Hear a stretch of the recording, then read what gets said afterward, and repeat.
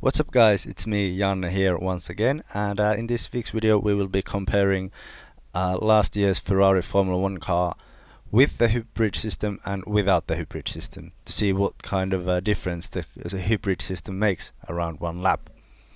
And yeah, it's really simple. I wasn't using any of the hybrid technology on one of these runs, and on the other one I was using as much as I could in order to gain as fast lap time as possible. And yeah, before we go into the runs, let's take a look at this screenshot from the cockpit of the Ferrari, so I can explain a couple of things where you can see that I am not cheating during these runs in order to tamper the results in one way or another. So yeah, here's the screenshot of the cockpit. Alright, here we are at the cockpit of the Ferrari, and yeah, just a few things that we need to pay attention to throughout the video. First up is this green bar over here, and that tells me or you how much of the available battery deployment I've used over one lap, since it's limited to a certain amount, and when that bar goes to empty I've used all the amount of battery I can for one lap, even though there would still be some charge left in the battery, but it just won't let me use it. So yeah, on the first video you can see that it will stay green throughout the run, meaning that I've not been using any hybrid systems, and on the second one you can see that it empties throughout the run. Then there is this blue number here, and that is just showing us the percentage of energy left in the battery. It's quite simple, and as you can see it again in the run. In the first one it will stay at 100, and on the second one it will be going up and down. And the third thing is these display bars just under the 100 number, and yeah, those are just more of a visual graph of showing how much you still have of the battery left. And yeah, you can look into those three things to see if I'm cheating or not, but I'm not, so you will be just wasting your time. I'm just wanting to make this really clear for everyone. And yeah, let's head on for the first hot lap. Alright, here we are heading towards the start-finish straight, and this is the non-hybrid lap. I'm barely reaching 300 kilometers an hour on the top straight. 305 I think it's the top speed for us on the straight without any hybrid systems. But then again, when we are not using hybrid systems, we don't need to recover any energy during braking, so that makes the braking distances a bit shorter for this car compared to the hybrid run.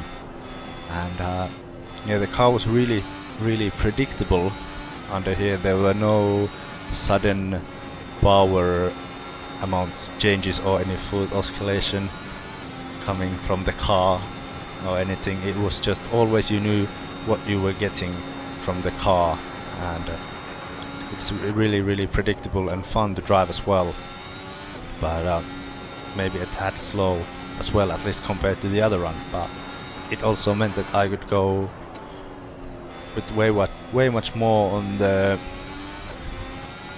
on throttle throughout different corners, and I didn't have to be so careful when stepping onto the throttle exiting the corners. And as you can see, all the deployment bars and the numbers are full, so no hybrid technology used whatsoever on this lap, and we will finish the lap right about now. Yeah, that's the lap without any hybrid technology in use in a Formula 1 car from last year. And here we are on board with the hybrid system run, and you can see already from the displays on the steering wheel that we are rather heavily using the steering wheel, but also we had 20 kilometers more per hour the speed on the main straight, so yeah, it's really helping the car go faster. But also there are downsides to the hybrid system a bit, since now I need to also recover energy under braking, meaning that my braking distances have gotten slightly longer compared to the non-hybrid run. And yeah, the car's speeds through the corners are way different compared to the earlier run. So for example, here on this right hander I need to lift a bit, since the car is just going that fast that it doesn't stay on the track with a similar kind of driving than I was doing with the non-hybrid run, sorry.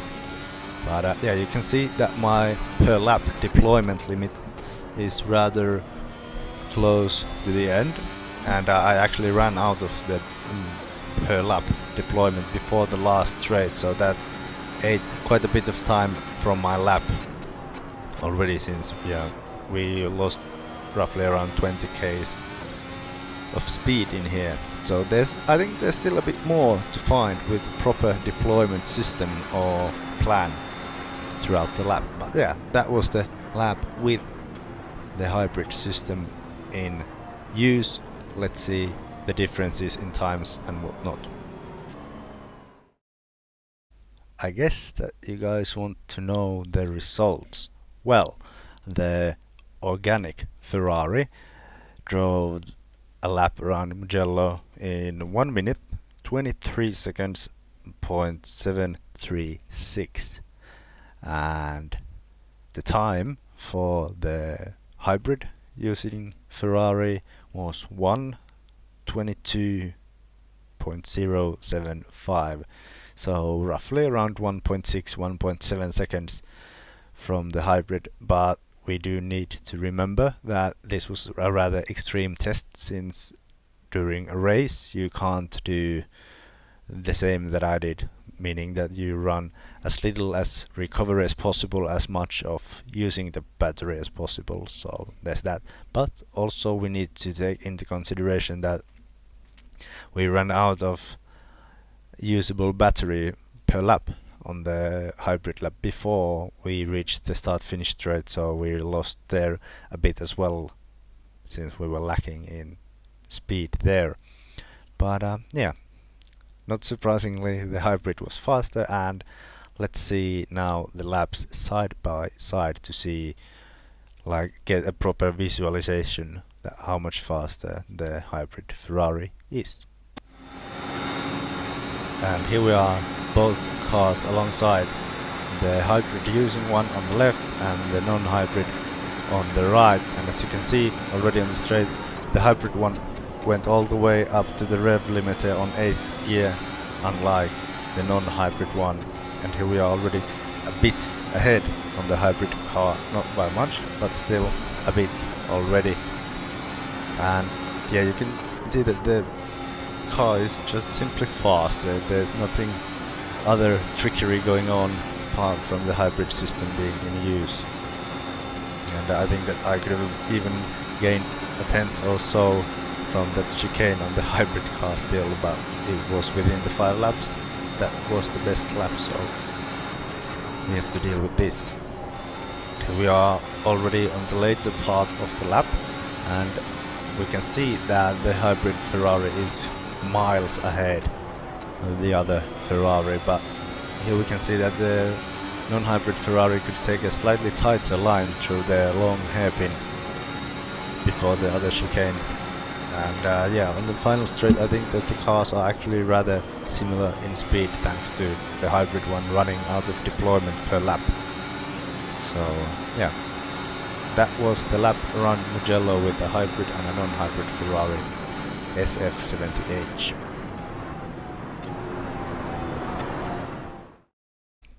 Yeah, there we can see that the hybrid system is the future, and in my opinion it should be part of Formula 1, since yeah, it's cutting edge technology and makes the cars faster, so I like it.